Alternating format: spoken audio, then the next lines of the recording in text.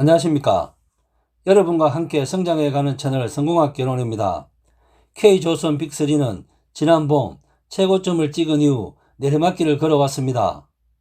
월요일 25일에는 한국조선해양, 대우조선해양은 강한 반등 조짐을 보였고 삼성중공업은 부진한 모습을 보였습니다.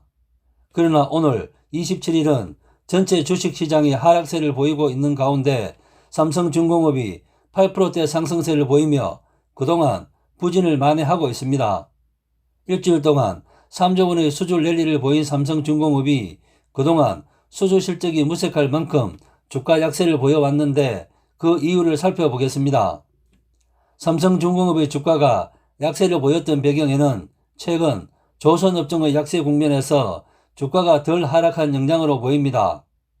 지난달 17일부터 이달 22일까지 한국조선해양은 18.48%, 대우조선해양은 21.12% 각각 하락했는데 같은 기간 삼성중공업의 낙폭은 4.65%, 상대적으로 하락폭이 적었습니다.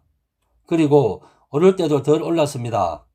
대우조선해양과 한국조선해양은 5월 11일 각각 43,300원과 161,500원 올해 최고점을 찍었는데 작년 종가 대비 47.93%, 47.08% 올랐습니다. 삼성중공업의 올해 고점은 3월 31일 7,334원으로 작년 종가 대비 10.37% 상승했습니다. 그 이유는 지속적인 적자 때문으로 분석됩니다.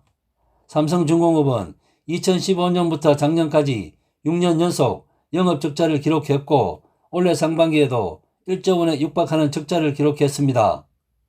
지난 5월 초에는 시가 기준 20% 이상 하락한 적도 있습니다. 지난 6월 22일 임시주주총회에서 5대1 무상감사를 결정 7월 시행했었고 이달 말일에는 1조 2천억 원 규모의 유상증자에 나설 예정인데 자본 잠식을 막고 재무구조 개선을 위한 결정이었습니다. 대우조선해양이나 현대중공업그룹의 조선 계열사들과 달리 삼성중공업이 유독 적자에서 벗어나지 못한 원인은 해양 플랜트 분야 때문이라는 견해도 있습니다.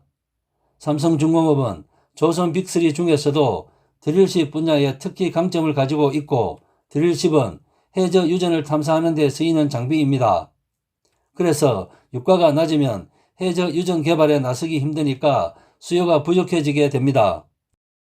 문제는 국제 유가가 최근 서부 텍사스산 원유 기준 배럴당 85달러 선까지 올랐는데도 드릴십에 대한 인기가 없다는 것입니다. 실제로 올해 들어 경제 재개에 대한 기대와 함께 국제 유가도 상승 추세를 지속하고 있지만 한국 조선 기업들의 드릴십 매각은 잇따라 취소되고 있습니다. 가장 최근에는 대우조선해양이 재고로 보유하고 있던 드릴십을 사기로 했던 노르웨이 노던 드릴링이 계약을 취소했다고 합니다. 현재 대우조선해양과 삼성중공업은 각각 4개의 드릴십을 재고로 두고 있는데 모두 조선업 위기가 일어난 2016년 이전에 발주돼 지어진 후 선주 측에서 인도하지 않아 조선사들이 재고로 떠안은 장비들입니다. 앞으로도 해전 유전 개발이 활성화되기는 힘들어 드릴십의 수요가 크게 늘기는 어려울 것으로 전망되고 있습니다.